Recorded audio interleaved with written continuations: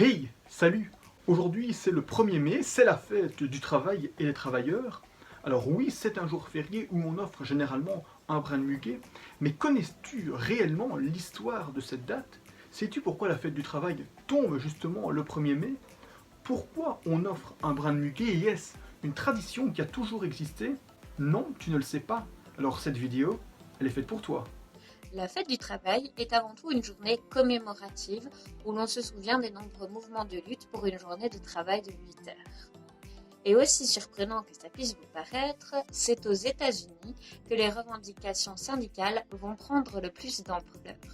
C'est le 1er mai 1886, le jour du Moving Day, date où les entreprises entament une nouvelle année comptable, que les syndicats vont protester et manifester pour une journée de travail de 8 heures.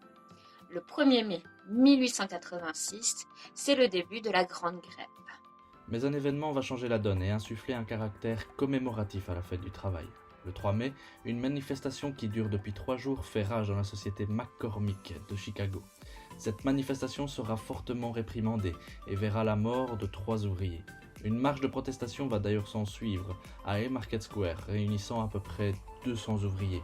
Les événements vont se précipiter alors lorsqu'une bombe va exploser au cœur d'une altercation avec la police, tuant ainsi un policier. 7 autres personnes perdront d'ailleurs la vie dans l'altercation qui suivra avec les manifestants.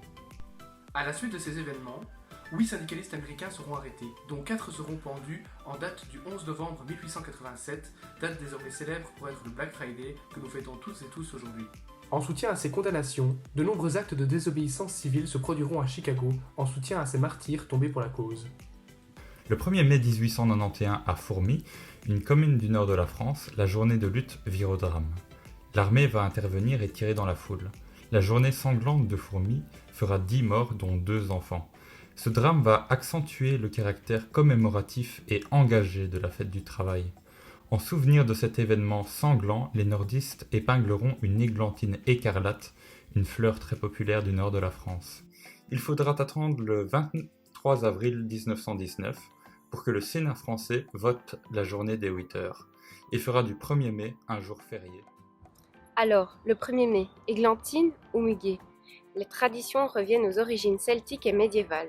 C'est le roi Charles qui, le 1er mai 1561, décida d'offrir à chaque dame de la cour un brin de muguet, fleur très à la mode à cette époque et qui se devait de porter bonheur.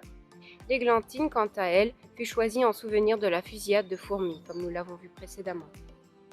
Le grand changement majeur sera en 1976, où le muguet remplacera presque totalement l'églantine et son homologue le triangle rouge, symbole de la division du travail en 3 parties. Le travail, le sommeil et les loisirs. Néanmoins, il existe bien évidemment d'autres symboles de la fête du travail dans d'autres pays. À l'heure où différentes crises remettent en cause nos acquis sociaux, célébrer le 1er mai, c'est dire à toutes ces personnes qui n'en ont que faire de nos acquis sociaux qu'elles ne pourront un jour les dilapider en un claquement de doigts. À chaque fois que cela arrivera, nous, socialistes, serons là pour défendre nos droits et nos acquis sociaux. Il ne me reste plus qu'une seule chose, c'est de vous souhaiter, au nom des jeunes socialistes de Mons, un très bon 1er mai, une bonne fête du travail et surtout, restez chez vous.